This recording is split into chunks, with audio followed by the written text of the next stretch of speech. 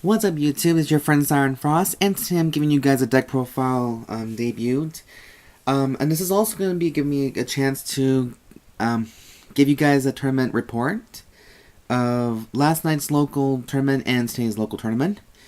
So last night's, Friday night, we had a 3-round tournament. It took quite as long as we kind of thought, because we had so many people that just fought back and forth. Yeah. So the first round, I'm just gonna say, so last night's round 1, I was up against Dark Magicians, and that deck was really powerful. And let's just say my opponent was a very strong player, and yeah, so short story is, he basically crushed me to a pulp. So the score for that one was 0 wins and 2 losses. So, but he was a good player because he at least was respectable enough to explain to me about how they work. So that's good. Round 2, I fought against the Blue Eyes series, and this kid did not have a complete Blue Eyes deck. So I managed to beat him best 2 out of 3. I won twice and 0 losses, so that's a pretty good thing. I guess he could have overlaid a unit just to stop my monster attacks, but I guess he really didn't. So in short version of that one is that he just didn't have a complete Blue Eyes deck. But he fought well, so that's a pretty good thing. Last round was against Monarchs, and this kid was kind of skeptical about how to work the deck. I mean, I'm sure it's pretty easy for people to use Monarchs and just play the game strongly and possible. But this kid had to literally rely on a friend at the very end, at the end of the round 3 for that one. So, in short term, he won best 2 out of 3, and I won. The score was 1 win and 2 losses. So the overall score for that one was 3 wins and 4 losses for Friday night. So that I still didn't do too bad. So that was an overall great feeling. And now for today, there was 4 rounds in my other tournament at my locals.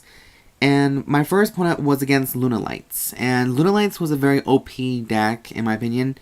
Their main ace, Leo Dancer, got me by the ropes. Let's put it that way.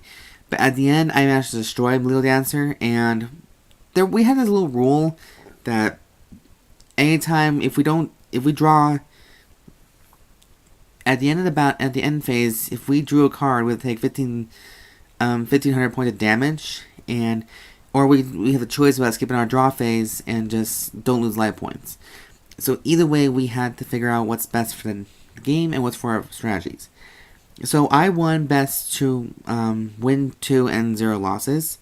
So that was the first round, and I was very happy about that. The second round was a bit of a weird one. It was against Constellars. Originally, I won 0. I had 0 wins and 2 losses. But my opponent, my opponent dropped out because he had to go to another local tournament. So, now in truth, I won by default by having 2 wins and 0 losses. So, he got me on the rope. He won, but he just didn't want to stick around that much. So I guess the score was 2 wins and 0 losses by default. Round 3 was against a friend of mine who played Monarchs, and the deck that he plays was very competitive and very strong. Very dangerous, too. I couldn't even do anything about it. The score for that one was 0 wins and 2 losses. So, yeah, I'm not surprised, because this kid was actually a professional. I can call him a true pro player and a veteran player. He's one of the veteran players that I used to play with and who helped me along, too, the best he can. So, shout out to him.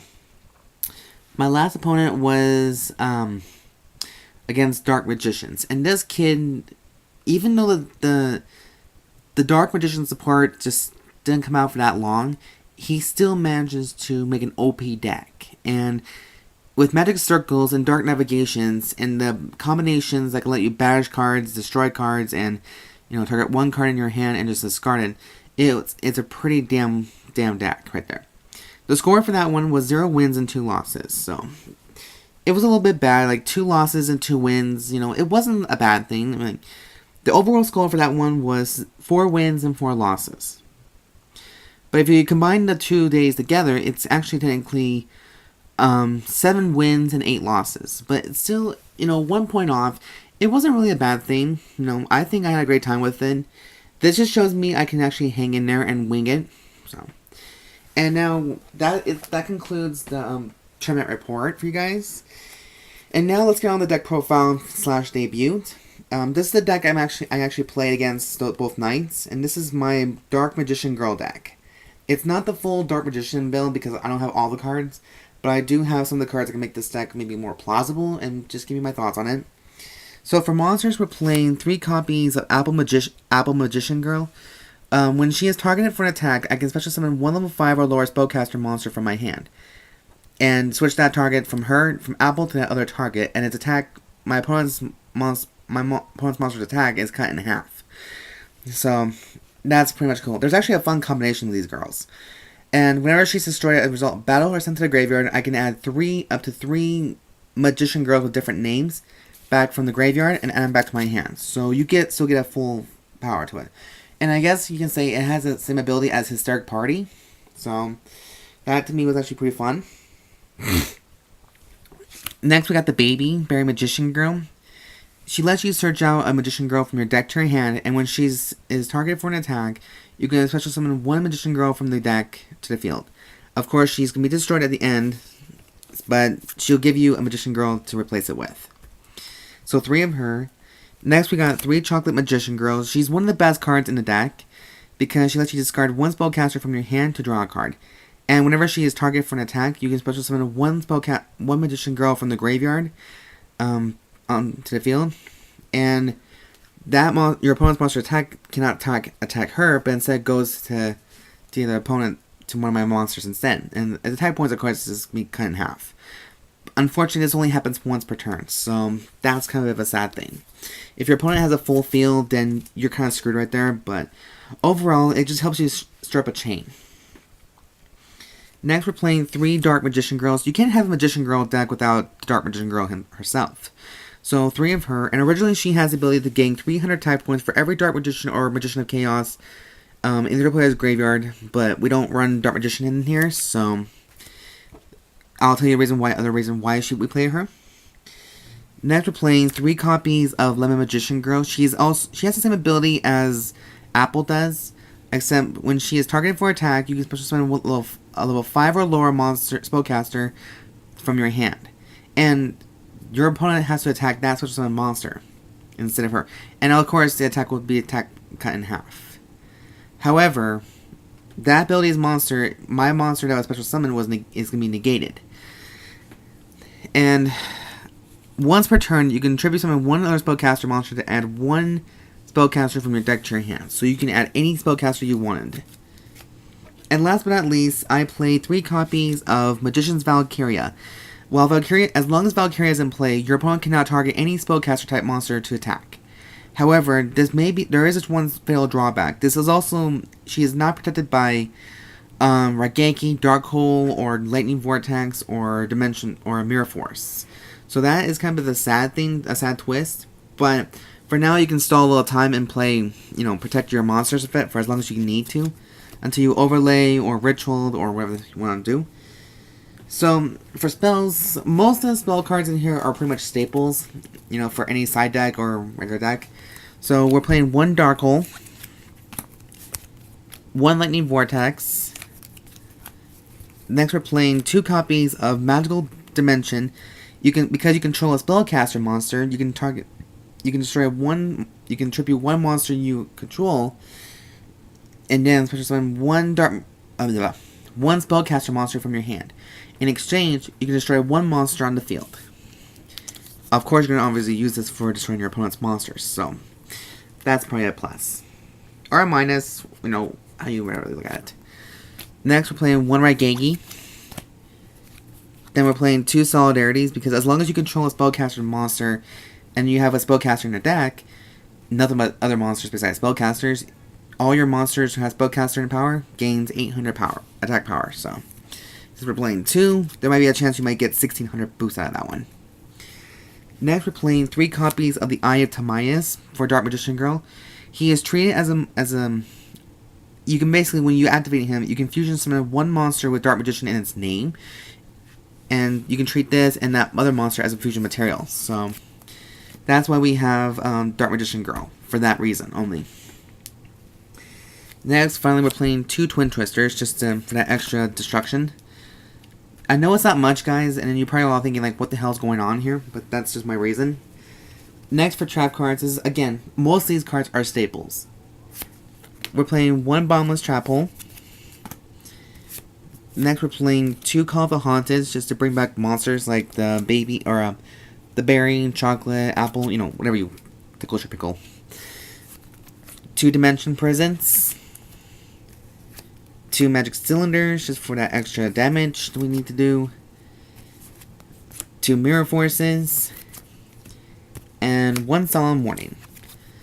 So yeah, guys, that is, the whole deck's basically all staples, and except for the monsters, but the spells and traps are staples, most of them. So that concludes the main deck. Now on to the extra deck. We're playing 2 copies of Alchemic Magician. She requires 3 spellcaster monsters, level 4 spellcasters, and this card gains 200 attack for every spell card that is in your graveyard. So that is a complete plus right there. And what's her ability? Hold on. Once per turn, during your end phase, you can detach 1 exit material from this card to send 1 card from your hand to the graveyard. Choose 1 spell card from your deck and set it in the spell and trap card zone. So you can take 1 random spell card and just place it set face down. So there's a possibility you might get Eye of Timaeus.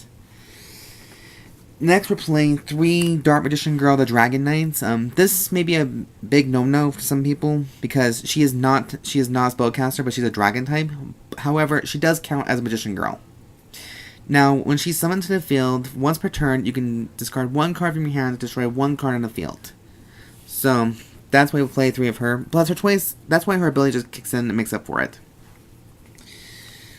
Next, we're playing 2 Dark Rebellions, just for that extra siphoning power. Then we're playing 2 Downward Magicians. She requires 2 level 4 spellcasters, and she gains 200 attack points for every material that is attached to her. And whenever she attacks, she inflicts piercing damage. And then at the end, when she attacks or she's been attacked, you have to detach 1 card from X material. So that to me is probably a little bit a drawback, because she does gain 200 attack for each one, so she loses 200 every time you detach a material, which kind of sucks, but it might be worth it. Next, we're playing 2 Noritos, the Moral Leader. He requires 2 level 6 spellcasters, which is when we have Magician Girls. Alright, I'll get that one just in a minute. Sorry, guys. Anyways, so once per turn, I can detach 1 material, and during either player's turn, I can negate the activation. If my opponent activates a spell or trap card, I can negate it and destroy it. So that's pretty cool. And with 2700 attack, I'm pretty sure it's a beater. Plus Solidarity, yeah. That's 35 right there. Next, we're playing 1 Vampire Dragon. He requires 2 level 6 monsters. Doesn't matter what it is. And whenever he's banished or destroyed, you can bring him back in face down defense mode. And if you do, and if this card's ever so happen to be flipped face up, you can send 1 card in the field to the graveyard. And let's see. Once per turn during either player's turn, detach material from this card, then target 1 face-up monster on the field and flip it face that was special summoned and flip it face down in defense mode. Yeah, that's the right one. So he's one of our new guys, and he might be very good for vampires as well.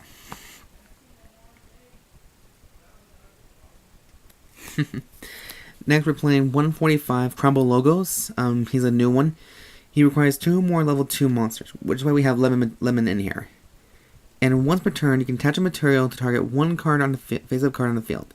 And if while this monster's on the field, that monster's effect is negated, or the target's, I guess, spell trap of monsters, I guess, and its effects are negated. While that target's face up on the field, while this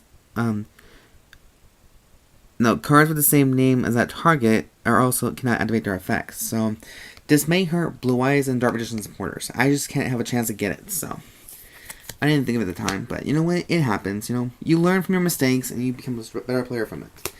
Next, we're playing 101 Silent Arc and 104 Masquerade. Just because he's a spellcaster and he has a sick ability.